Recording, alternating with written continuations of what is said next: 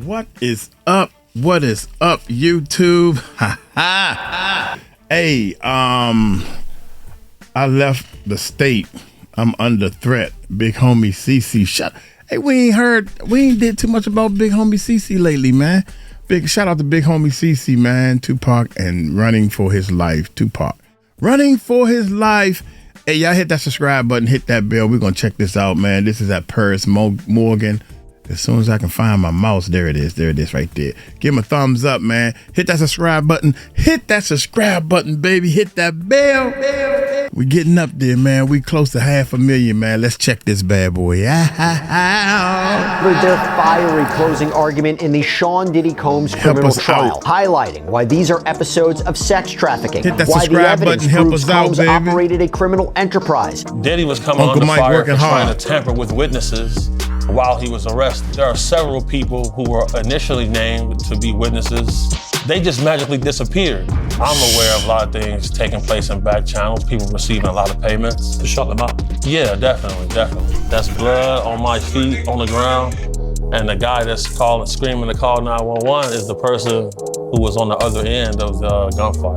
He came to kill me, but when he thought he was gonna die, he's begging for God. And due to the situation, the circumstances, I decided that it's probably best for me to live outside of the States at this point. Wow.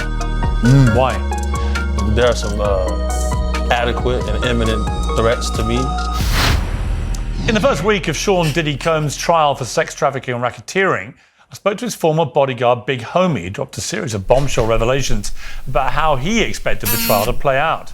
I expect to see a lot of strange things take place. I expect to see the defense team do a lot of steps to lighten the image of Combs.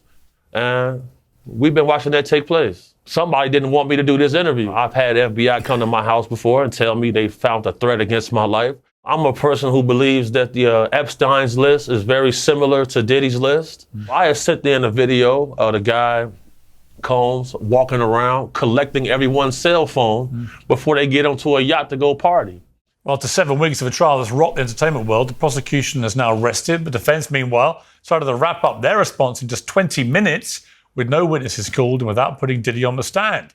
So is Big Homie surprised by how the trial has played out? Does he think the verdict will be guilty or not guilty? And is he concerned for his own safety if Diddy was to walk free? Well, I can delightedly say that Big Homie is with me here in London in the main studio. Big Homie, welcome. Hello, sir. Thank you for having me. You're in the heart of Uncensored here. Absolutely. It's a pleasure. It's an honor. I'm glad to be here. Why are you here, first of all, in London? Well, you know, he in London. I have a lot of engagements, speaking events, a lot of podcasts. So I'm really on a European tour right now. Yeah. Yes, sir. And due to the situation, the circumstances, I decided that it's probably best for me to live outside of the States at this point. Really? Absolutely. So you won't be going back? No, sir. For how long? Indefinitely. Really? Absolutely. Indefinitely. You've emigrated. You've left. Yes, I've left. Wow. Damn. Why? You know, we've got some intel about certain things, and shout out to my brother Dugar and the rest of our team. You know, there are some adequate and imminent threats to me.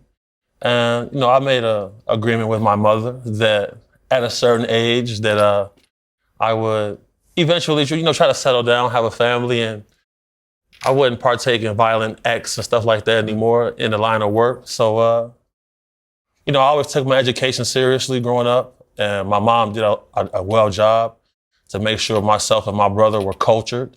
So it's been a nice integration process for me. I'm loving London right now. Do you think you'll set up home here? Definitely. Really? Absolutely. You feel safe here? Definitely I do. Absolutely I do.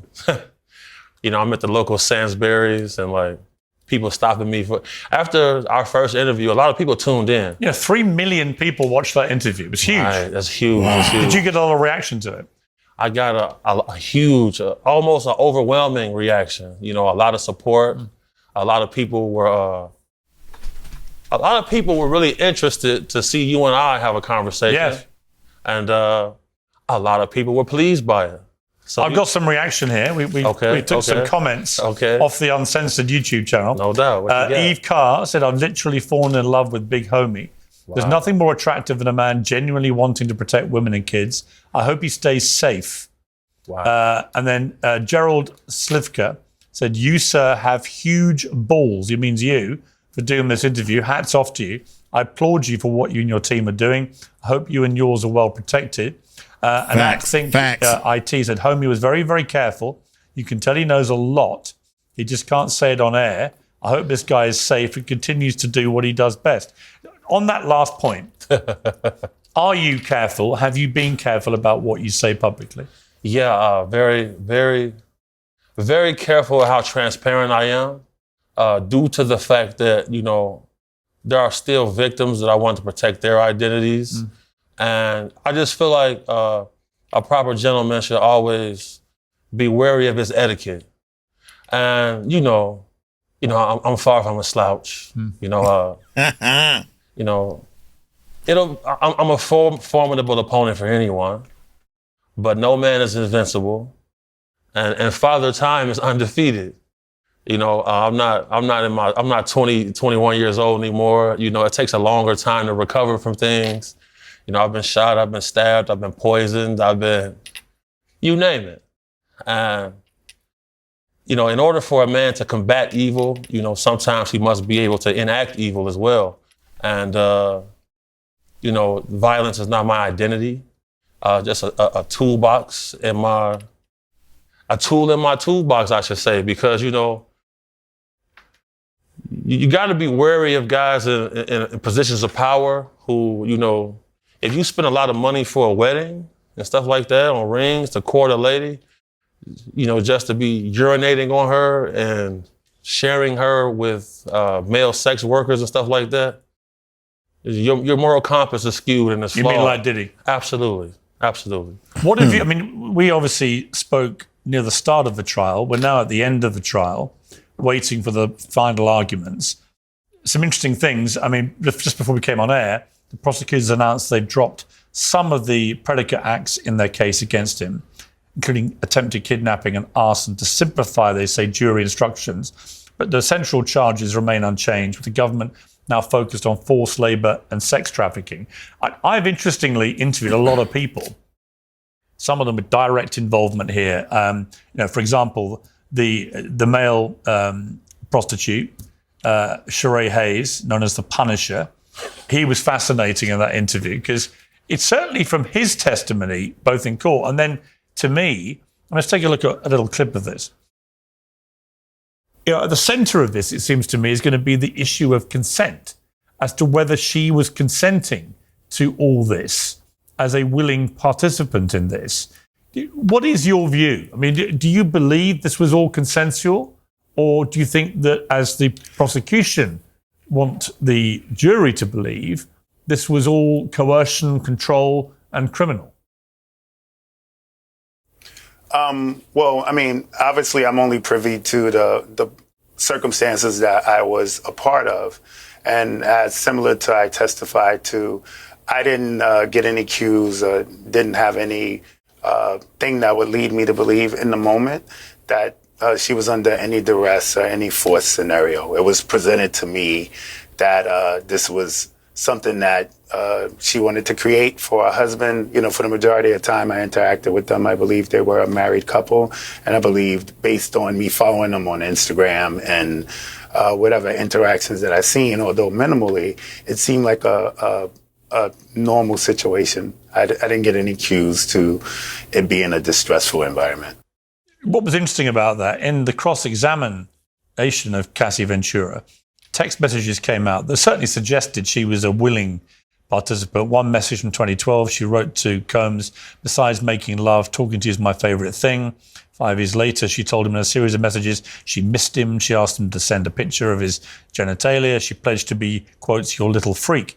You know, how significant do you think all that is going to be in terms of creating a picture to a jury, perhaps, that this was consensual? It may not be what people like. It might be, as you said, actually pretty disgusting in parts, but that's just a moral verdict. It's not a criminal one.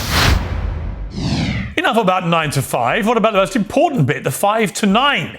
It should be the most comfortable part of your day, and today's sponsor can help. Cozy Earth's bamboo sheets are temperature regulating and designed to wick away both heat and moisture so you can sleep several degrees cooler. They're soft, breathable, and guaranteed to give you a more comfortable night's sleep. They also have high-quality breathable clothes for all-day luxury. You can try it all risk-free with Cozy Earth's 100-night sleep trial and a 10-year warranty. If you don't love their products, you can return them hassle-free, but trust me, you won't want to. Luxury shouldn't be out of reach. Go to CozyEarth.com and use code PIERS, P-I-E-R-S, for up to 40% off Cozy Earth's best-selling temperature-regulating sheets, clothes, and more. You will feel the difference on the very first night. That's CozyEarth.com, promo code PIERS. Stay cool. Right. When it comes to this situation, I always feel like, as a man, you should always be a calm, collected leader. And there's a psychological aspect to this that people are overlooking. I think it's crass. I feel like it's asinine. I think it's an egregious situation simply because this is a situation that I would call a trauma bond. And in the work that I do, last year we brought home 17 missing women, 4 children, three girls, 1 little boy. And always the nature of the relationship between the trafficker and the trafficked is indeed a trauma bond. So they might not feel like what they're doing is a process of being oppressed, but to them, they are in love with their oppressor, so they're willing to do anything to appease them because they look up to them and respect them.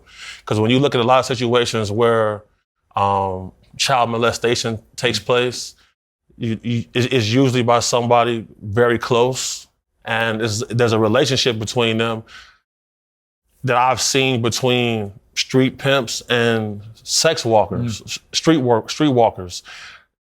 I feel like people aren't taking into consideration that when people are in love, especially when a lady is in love with a guy, he's powerful, he's wealthy, And violent. And violent. We saw from the video, the infamous video of him beating Cassie up in the hotel corridor. Absolutely. Any man that's prepared to do that to a woman in a hotel corridor where you must know there are cameras. Yes. Anyone prepared to do that with such impunity and so violently. Yes. Yeah, this is why, although all her messaging looks consensual, although what the Punisher told me appeared to be consensual, in the back of my mind, and it must be in the back of, I know, it's sort of crazy, although actually I've got to say he was a likable guy. Yeah. And see, this wasn't even his. He didn't even know it was Diddy the whole time, didn't. right? And that's the thing. And this wasn't even his profession. He was a male He's a performer. dancer, He was a dancer. Yeah. And that's what I'm saying. He coerced him into this. That's why we call him a zest monster. He coerced this person into this.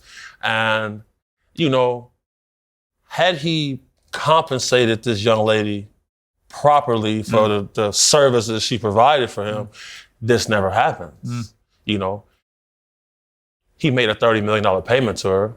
Innocence doesn't cost that much. And I feel like it's a telltale sign. That's a very interesting comment. It doesn't cost that much. No, I agree. I also interviewed Diddy's former friend Ray J, who had done a bit of an about turn about him. Let's take a look at that. What is your view of how this case is going?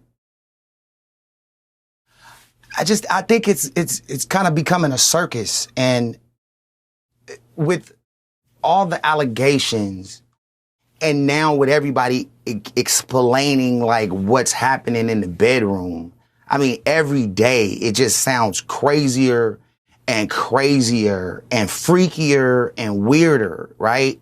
And I'm like trying to understand, with all this being said, like with Kid Cudi going on and saying everything that happened, but then ended up saying Cassie played both of us. It's like, where are we trying to go? Are we just trying to like tell all of these crazy stories and then that equals out to sex trafficking? I mean, it's starting to become outrageous. It's a RICO case. It's really only Diddy and maybe one other person. Like, I'm just starting to feel uncomfortable and I'm starting to feel weird about this whole thing. What do you feel about that? Okay. Do you know Ray J? This guy, I seen him, Diddy, and F. Gary Gray in Vegas together on some very strange timing, I should say. And What do you mean? That guy is privy to a lot of things that take place at those events because he was there for a lot of them. Really? Absolutely. You know, You saw him? I've seen Ray J. And I feel like, you know, it's kind of aggravating, like watching people try to make it seem as if Cassie is the problem in the situation when the person that's on trial attempted to pay her for her silence.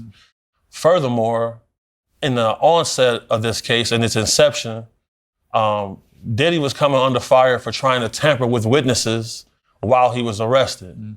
There are several people who were initially named to be witnesses. They just magically disappeared because, you know, News Nation had reached out to me to do an interview about this. And, you know, I turned it down because I told them, I was like, look, you know, I'm putting myself at risk here. You know, you're going to have to offer me some type of compensation. They go with Ray J instead of me. When I told them previously that he was there. So it's kind of like, okay, well, it's almost as if it's a conspiracy going on. Because where is the gentleman who provided feds with some of the tapes from these parties who was supposed to be a witness? He's not involved. If you look at the case with Tory Lanez and Megan Thee Stallion, when the bodyguard went AWOL, there was no warrant for his arrest. In the Diddy case, there's no warrant, no contempt for that person. But let's look at the Nipsey Hussle situation when some of the witnesses that were there that were actually shot with him, they got warrants for their arrest when they didn't show up for court. Why is it not in this situation? I also interviewed Suge Knight from his prison. He claimed that Ray J and Diddy were lovers. Absolutely. That's true? Yes. You know that for a fact? Yeah, all of these guys, like, that's what I'm saying. Like, you know, Pierce, you don't want to be the only straight male at a party for people who under the rainbow situation, right?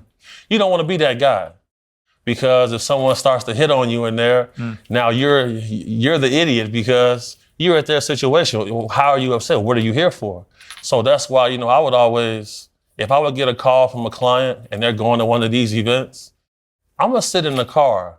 You know, if it comes down to being dangerous, call me, I'll come in, I'm gonna demonstrate immediately. Do you think Diddy was actually gay? I think he's a bisexual man. Right. Absolutely. All of these rapper dudes, and most of them are, man. Like, really? Yeah, I can tell you off camera. I'll give you I'll tell you some stuff.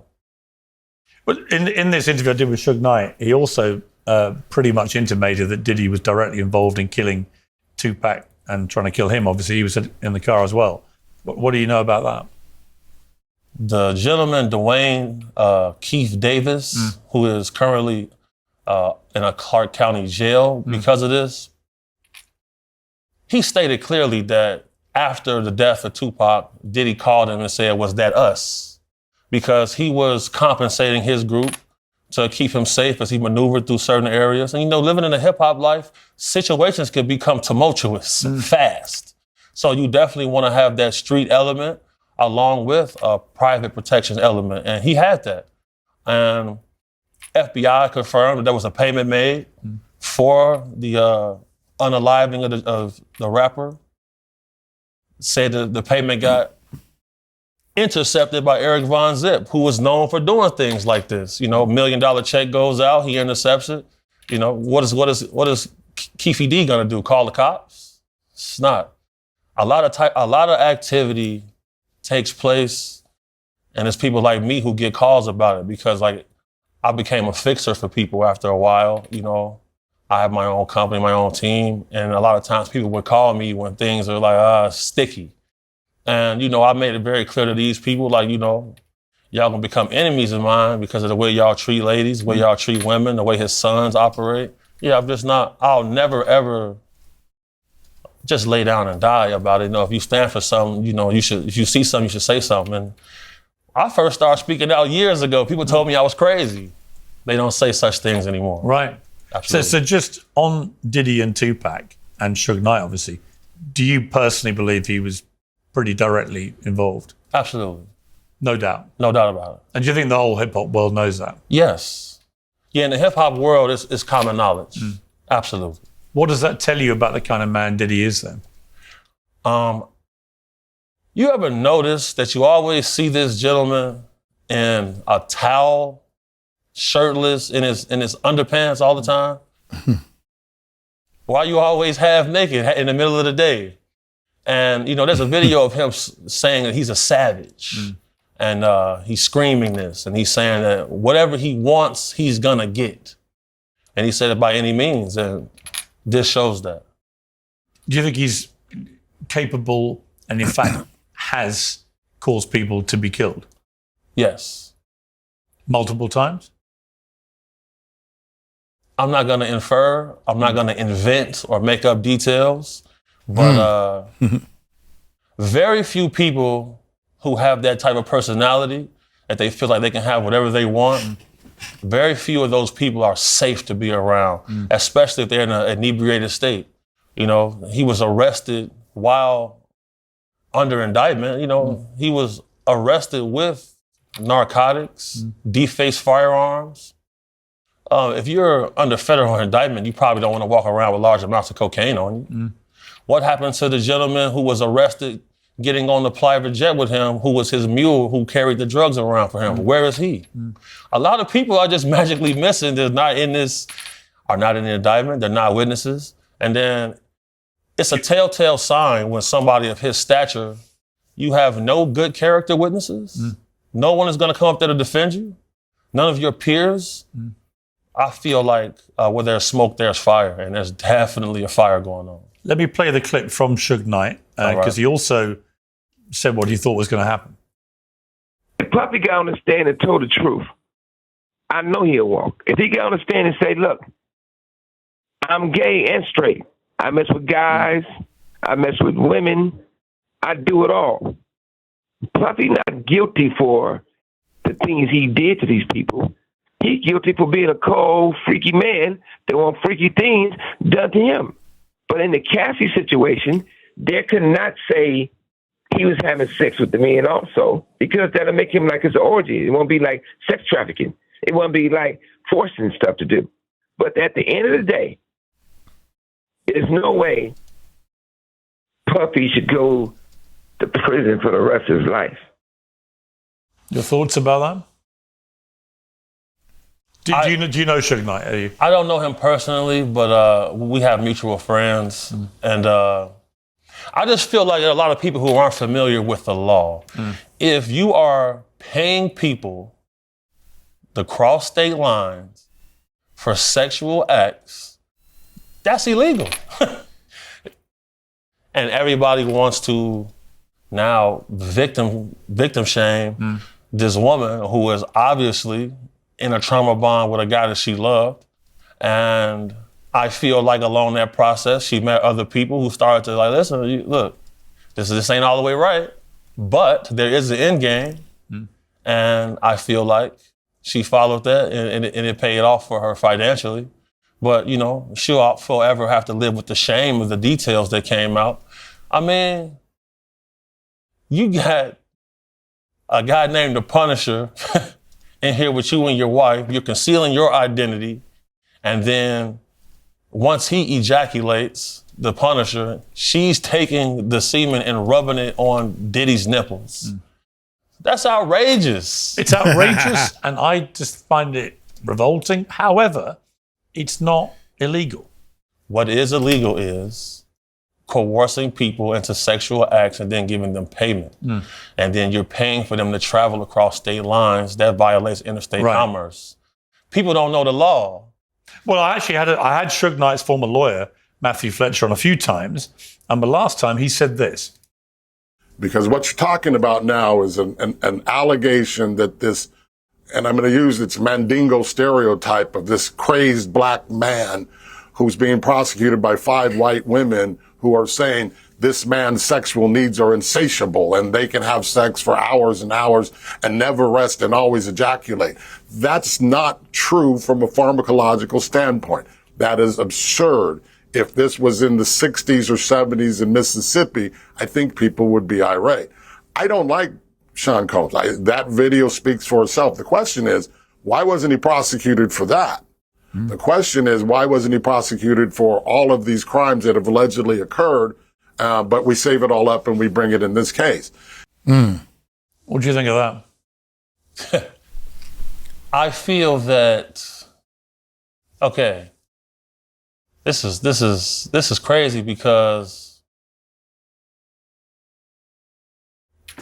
when you get yourself in a situation like this, I feel like it's cowardice to everyone to start playing the race card. I often see people playing the race card when high-level thinking has to take place and when people have to face the firing line of accountability.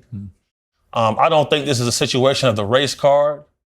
I feel like I don't think he's being painted as a crazed black man with a unsatisfiable sexual nature. I feel like he's a sexual deviant who thought he was bigger than the program, who felt like, eventually this is all going to go away. He has a history of ripping people off in their contracts.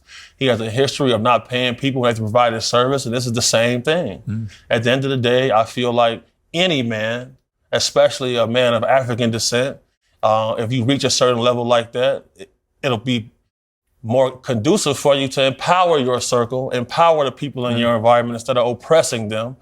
If you do that, none of this takes place. The whole race card thing, I think it's cowardly. And if he does walk, Diddy, as a lot of people think he might, I don't know what's going to happen. I think it's a really fascinating case. It literally comes down to whether the jury believes that this was consensual or not.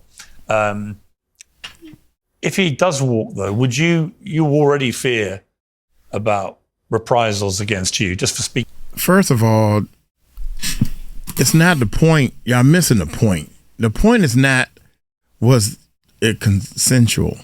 The point is not that he made them have sex with him. The point is, if he had sex with him or not, or S with him, that ain't the point. That's not breaking the law. If it was the law that they broke was across state lines. If you take a worker, a S worker, across state lines, that's against the law. What happened if they was doing it on their own or not doing it on their own is beside the point, is what I'm saying. Speaking out, would you be genuinely concerned about him coming after you? Is that one of the reasons you've left the country? Well, here's the thing, only thing I fear is God and my mom. And I made a promise to my mom that, I'm not gonna revert to an old lifestyle. And I know if he walks, I'm gonna be target number one, which is fine. I'm used to that. It's kind of exciting for me. Is that exciting or is that slightly scary? Oh, no, it's definitely exciting, Pierce. Really? Yeah. So explain that, because in my world, I wouldn't find that exciting. Well, we come from different professions. Yes. In my profession, it's what we live for. Well, being someone's number one target. Absolutely. Really? Yeah. History was written by the best group of murderers. No religion, no border, no country exists without violence. In every society, even when humans were in the hunter and gatherers, Stone Age, you always had that group of guys whose sole job was to defend, protect, and if need be, go and burn someone's village. Yeah. So, I would be a part of that group. The village burners? Absolutely. What if you had to defend yourself? If I had to defend myself, pray for them, not me. Wow. For sure. Do you think it may come to that? I mean, he might walk, and we're going to find out soon. He could be out next week. Yeah, he could be out next week. And he'll then know that you've been out doing these kind of interviews and, talking trash about him as he would see it. Others would think you've been honest. But if he's out and loose and dangerous as you think he is, and you're number one target, Holy Mary, Mother of God, pray for us sinners now and to the hour of our death. Amen. And I'll leave it at that. What does that mean? I walk in the light. I believe in my faith. I feel like that's what got me here and this far. And no weapon formed against me shall prosper. But do you think, knowing him as you do you think he would try and have you killed, if not do it himself? Yeah, people have tried to kill me before, several times. I'll show you some footage. You want to see? Yeah. You want to see? I'll show you some footage. You want to see? That's what I'm saying. Like, so explain this. What are you about to show me? It's cold in here, y'all. Wait a minute. A situation where... Hold on, it's cold in here. There was a situation where a group of guys gang raped a young lady. Her mother came to me pretty much with her life savings and said she wanted retribution. You know, a guy gets a knock upside his head, and then he puts a $50,000 bounty on my life. Damn. And it led to a series of cataclysms. And I was able to come out on top. And we can see this? Yeah. This one here, camera 3.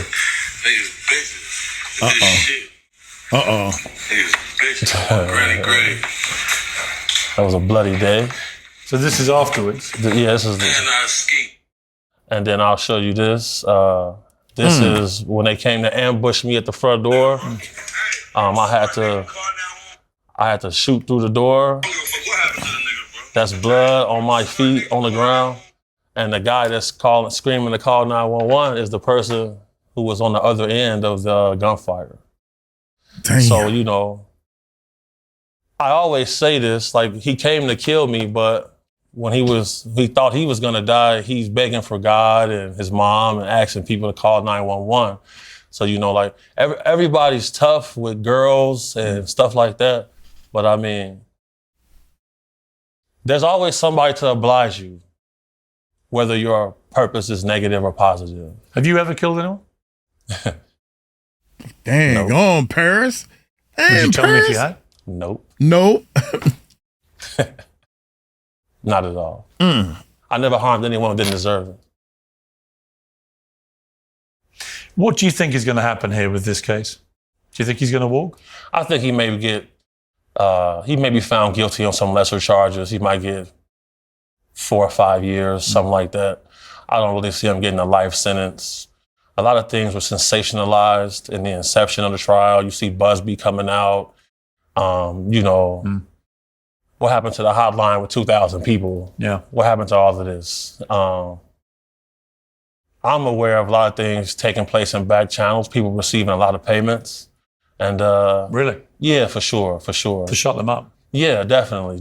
And you know, the judges berating Combs about intimidating witnesses in the courtroom, you know, just shows a level of arrogance. And What did you make of Justin Bieber releasing a statement saying he was never abused by Diddy? Justin Bieber seems to be a guy under a tremendous amount of pressure right now. He does. And I remember meeting him working as a bodyguard for a gentleman by the name of David Strauss. And he would take his nieces and nephews to Bieber concerts. You know, I've been backstage several times. I've met him. And then seeing him now, he's like a shell of himself. There is a battle between good and evil taking place. And a lot of these people make agreements. And, you know, when Whitney Houston died, the last person to see her was Ray J. People don't speak about these things. Why does Bieber seem to be so emotionally unhinged right now? Especially when these topics get brought up, it seems you see the shame and the despair in his face. Just like you just asked me to divulge some information about violence in my history. It's gonna be the same thing for Mr. Bieber. You know, if I was to come up here and confess to malice murder, it would be untrue. And when you see these entertainers, they do have a brand they have to protect. And any sign of weakness or partaking in lascivious acts, that could damage their credibility and their fan base. So, I feel like some people's NDAs still haven't expired, I gave certain people video of Combs coming out, collecting everyone's cell phone himself personally. Why do you have to collect everyone's phone if we're gonna have a festive evening? If you're gonna be doing things you're not supposed to do, you're probably gonna take everybody's phone. And when you're promising people a career and their name in lights and all of these things, you're getting sweat equity out of them for just that. Instead of compensating them, people are gonna try to pursue litigation. That's all that's taking place. Big homie, it's another amazing interview. Thank you, sir. You speak very eloquently about a world that I've never inhabited, but I've interviewed a lot of people from it. But they're often quite circumspect about what they reveal. You're unusual. You're very open about it. Is it, in a way, is this because you've left that world now in your head? Yeah, I don't want to be that person anymore because when I had to pivot my business, and once I see them, I'm like, oh, okay, I need to do something about it. Every day I get messages from ladies telling me that they feel safer just knowing that I'm alive. And that means a lot to me because, without ladies, there is no life. So I think it should be a learning situation for a lot of people. And I feel like, especially as a Black man, I felt like the level of operations and the thought processes needed to be raised in my community. And I feel like I've been accomplishing that. And I'm happy about it. It's like I got 1,000 more moms and grandmoms. I get people pray for me every day. I'm in the grocery store hugging little ladies. I did what I was supposed to do, and it paid off for me. I'm blessed. Big homie, great to meet you. Yes, sir. In my studio. Absolutely. I enjoy our conversations. Yes, pleasure's mine, sir. I really appreciate it. Absolutely. Thank you very much. I'm sure we'll talk again soon. Absolutely. Piers Morgan Uncensored is proudly independent. The only boss around here is me. If you enjoy our show, we ask for only one simple thing. Hit subscribe on YouTube and follow Piers Morgan Uncensored on Spotify. So you mean to tell me, God dang, Big Homie Cece done left the country. Man, I wonder how much paperwork and how much you got to do to leave a country. I wonder if I can I ain't gonna do that though. I ain't even gonna do that. Just get a ticket, get over to the Philippines and just don't come back. When it's time to get on the plane, nope. That'll send a signal. This guy didn't get on the plane. Where is he? They probably come looking for me. That's crazy, man. I wanna think about some things, man, cause I hate to say this, man. I'm ready to leave too. But I got different reasons why I want to leave. It don't have nothing to do with the Diddy or whatever the case may be. Look here, I'm going to get on up out of here. Golly, Big Homie Cece, shout out, man. We miss you over here in the United States. Y'all take it light, take it slow. Tell them Uncle Mike told you so. Peace out.